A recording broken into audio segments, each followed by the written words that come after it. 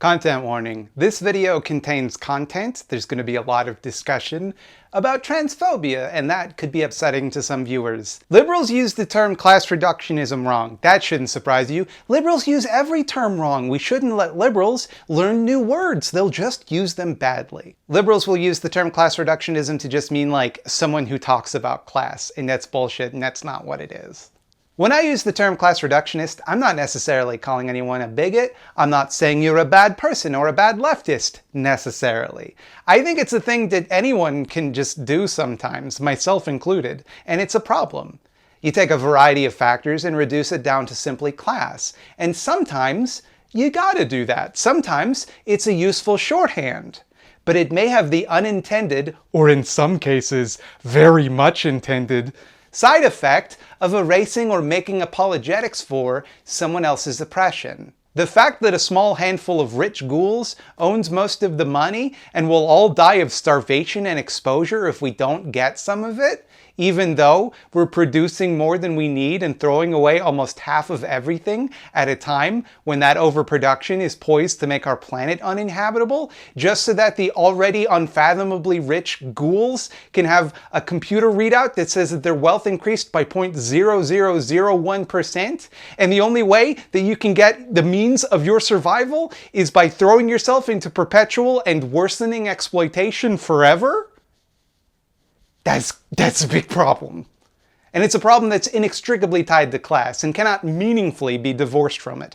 It's a problem that affects all of us. Literally everyone that's watching this video. All of us need to worry about making a living and surviving the forthcoming end of the world. While the aforementioned handful of rich ghouls don't. They're not going to watch this video. I can say whatever I want about them. They have more fun shit to do. They have cocaine fountains. They have champagne enemas. I don't know what rich people do all day. Golf? Is it golf? But here's the rub. While we share that in common and should work together at dismantling that problem, many people also face other problems based on some sort of marginalized identity that compounds their experience of class. Me and a black dude might be equally exploited working at a Burger King together, but I'm more likely to get the job and be exploited in the first place and less likely to be fired for bullshit reasons once there. I'm more likely to be promoted to management at that Burger King than a coworker who's a woman. And while I'd still find the work physically taxing, I'd find it a lot less taxing than someone who's disabled. If our project as leftists is to liberate the working class, we gotta understand these complications and work to fix them. These facts do not distract from class analysis, because these facts are class analysis. Rich bourgeois parasites don't work at Burger King. They have more fun shit to do than that. And even if they had to work at a fast food place, like you wouldn't work at Burger King, you'd work at like Five Guys, but probably you'd want to spend your time at the cocaine fountain rather than at the shitty fast food job. All of this is pretty 101 shit, right? Like nothing I'm saying here is all that controversial, but there's a reason I feel I have to reiterate this type of stuff over and over. It's because of how perniciously shitty analysis can use the pretense of class to dismiss the concerns of marginalized people. Case in point. Now, back to what I was asking you about before about kind of distinguishing yourself as a communist from the mainstream of the left. I noticed that your political organization has taken quite a stand on the transgenderism debate. Can you talk about that position? Sure. Before you see Nazbol ghoul Caleb Maupin talking to Jody Brar of the Communist Party of Great Britain. And what she's saying sucks. Our view is, and it's not about people. We're not against a trans person. It's the ideology that's being pushed on people that says, you are what you think you are. Now, this is total idealism. Idealism in the philosophical sense of the opposite of materialism. It says, I think, therefore I am. Whatever I think, that's reality. Now, as a Marxist, we have to uphold the idea that or the reality that material reality is real and is the basis of our ideas. Life teaches us that materialism is true. Materialism can be tested by science, by living. Idealism, is a human construct. It's what makes gods, okay? Transgender ideology is pure idealism. It says, if I feel something, it's true. We've all got our own reality. We've all got our own way of, now of course we all have our own feelings, Yes, can't dispute that. Differences between men and women exist. They're not imaginary. They're not a societal construct. She's wrong in so many ways, but let me just break down a few of them for you. She deliberately confuses gender and sex in her tirade. I say deliberately because she later says that she understands the distinction, but she views what you or I will call gender as merely gender stereotypes. The people who push this transgender ideology have tried to make a confusion and say that gender is something different to sex. It isn't. They're talking about gender stereotypes. Very few people dispute that there are differences in general between the sexes, but anyone who is credible would dispute that it maps neatly onto the binary categories of male and female, because, you know, intersex people exist. Also, the entire concept of biological sex is not really that simple. It's kind of pseudoscientific to pretend it is, and you can learn more about that later in the eyeball zone. That biological differences exist between most men and most women is not something the average trans person would dispute. So pinning the majority of her argument on this point dodges the central issue, that gender, the way we perform masculinity or femininity, is very much socially constructed and not immutable laws of nature. Women don't come out of the womb with long hair wearing dresses. Men don't come out of the womb with full beards and a wood chopping axe. The words he and she were not discovered in a laboratory. They were sounds we applied to people. And yes, some aspects of gender are indeed stereotypical. However, since these expectations are placed on people, if they fail to perform these stereotypes, people are deemed to be insufficiently masculine or feminine. If a trans man continues to wear makeup after transition, for example, dickhead weirdos like Ms. Brar would use that as evidence that they're faking it. Trans people do not believe that they have somehow miraculously developed new chromosomes, that their belief manifests in changing their biology. They believe that the gendered category they have been placed in is not the one that they would prefer. And since gendered expectations are arbitrary, a fact Ms. Brar went ahead and conceded when she started talking about gendered stereotypes, that's pretty reasonable, actually. We can't use material analysis to determine how someone feels in their brain, but we can use it to determine what happens when that isn't respected, and it turns out the answer is a whole lot of suicide. So let's not forget that that's what Jody Brar is advocating for here. And just set aside the trans issue for a moment and just let's look at how this is kind of garbage philosophically. First of all, to divide each side of an issue into materialist and idealist and then suggest that the materialist side is always correct and the idealist side is always wrong is not exactly dialectical thinking, especially when the materialist side just so happens to be whatever you would intuit based on things you saw around. Material analysis is good for a lot of things. It can help you build a bridge or manage an economy. It can't tell you whether a poem is good. Materialism can help you feed the homeless. It can't tell you people dying of starvation is bad. That's something you have to determine outside of material analysis, and then you use material analysis to achieve your goal of stopping people from starving to death. To suggest that in order to be a materialist, one must therefore reject any thought that is not materialist is nonsense. It's gobbledygook. It sounds meaningful until you think about it for even like a fucking second.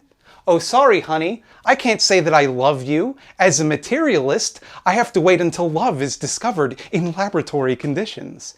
What do I want on my pizza? Irrelevant. Bring me the most nutritionally complete ingredients and arrange them in the most efficient way. No anesthetic for me, doctor. Pain is merely a sensation within the body, not material reality. Begin the surgery, please. It's horseshit and she knows it. The whole idea that this is merely material analysis is a fig leaf, a way to lend an air of objectivity to what she's saying. Hey, hey, I don't got a problem with the individuals. I'm just following the science. I don't know why she's from New York now. Oh, hey!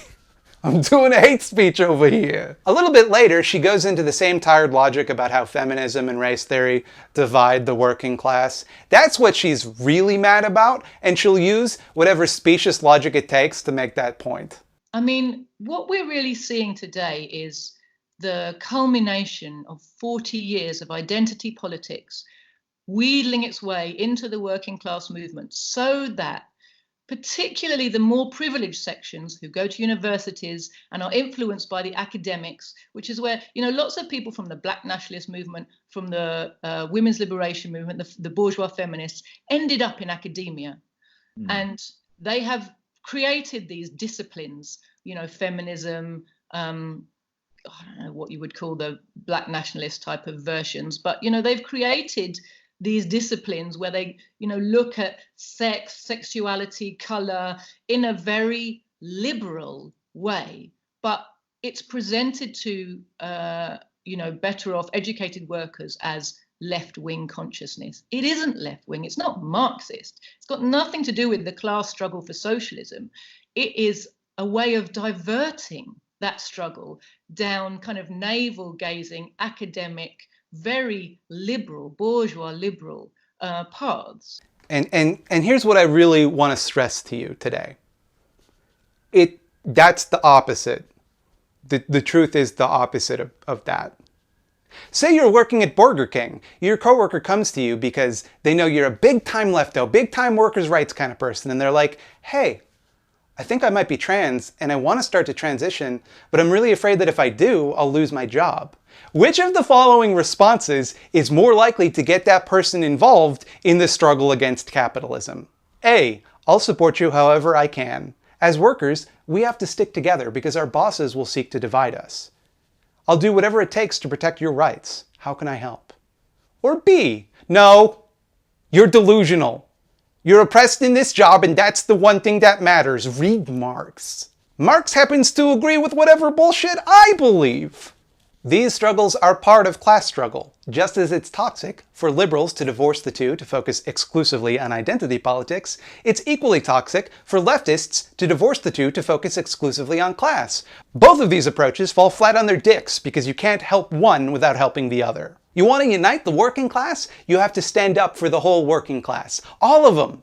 And all of their struggles. Otherwise, you're the one being divisive. You're the one excluding people. Identity can only divide us if we choose not to care about the struggles of others. If we decide that the problems of others can wait while we sort out the ones that we share. How can we expect people to extend class solidarity to us when we withhold our solidarity from them? Capitalism is built on white supremacy, it's built on patriarchy, it's built on cis-heteronormativity, on ableism, on settler colonialism, on imperialism. It's an interlocking and mutually reinforcing system. We don't get to pick and choose. You either fight the whole thing or you're fighting none of it. You're giving quarter to it.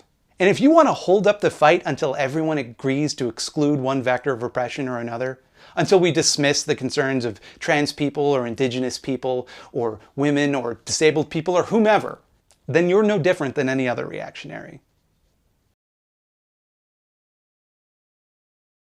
Hello and welcome to the Eyeball Zone. You escaped our grasp last week. You eluded us only briefly. You have but delayed the inevitable.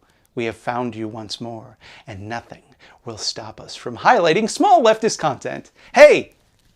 Biological sex isn't a very accurate idea, don't you think? Want to see someone perform some actual material analysis on that? Check out this video from Lextra, where she outlines how the whole idea is just kind of nonsense, just a bunch of nonsense that seems to make sense on the surface, but breaks down under actual scrutiny. A lot of common sense assumptions that we make about sex are just kind of guesses, like weird approximations of what is usually true, and that can lead to problems, to say the least. Woe betide you! Robbed of my power last week, I will exact double my usual toll. Hey, I don't want you to watch this video and come away thinking that I think materialist thinking is bad. I consider myself a materialist. I think materialism is important. I believe in science. I fucking love science. And I want people to take materialist thinking seriously. That's why I love this video by Ordinary Snowflake that goes into how skeptic communication can often rely on condescension and actually turn people away from scientific consensus. A lot of the times we just use science to treat people like dum-dums, and then they're like, well, fuck you then, I don't believe in vaccines. Do you have a small leftist project which you're willing to sacrifice to gain the power of eyeballs? Send me no more than one email at thoughtslimeditor@gmail.com, and perhaps you will find yourself trapped here in the eyeball zone. Hey, thanks for watching this video. I hope you liked it. If you did, you know, why don't you go crazy? Hit that like button. You know what? You deserve it. Hit that like button. You can also subscribe here for new videos every 12 p.m. Eastern Standard Time on Fridays. Do that every week. If you want more videos from me, I have 2 other channels you can go to for that. You can watch me talk about horror movies at youtube.com/scaredycatstv every 12 p.m. Eastern Standard Time on Tuesdays. I also release video game Let's Plays at youtube.com/megaslime-entertainment-zone every 7 a.m. every friggin' day. I got a Patreon at patreon.com/thoughtslime. That's a place where people give me money. It's a pretty great deal for me. I love it. I also stream weekly, Thursdays, 8 p.m. Eastern Standard Time on both YouTube and Twitch. Twitch.tv/thoughtslime, youtube.com/thoughtslime. I'm Thoughtslime, that's me, that's why I put those names there. Still backed up on the Patreon drawings, as usual. Just know that. Just know that I'm never on time with Patreon drawings, and therefore, don't be mad at me, please. Have a wonderful weekend, and a wonderful new year. Ho, ho, ho. It's Christmas now.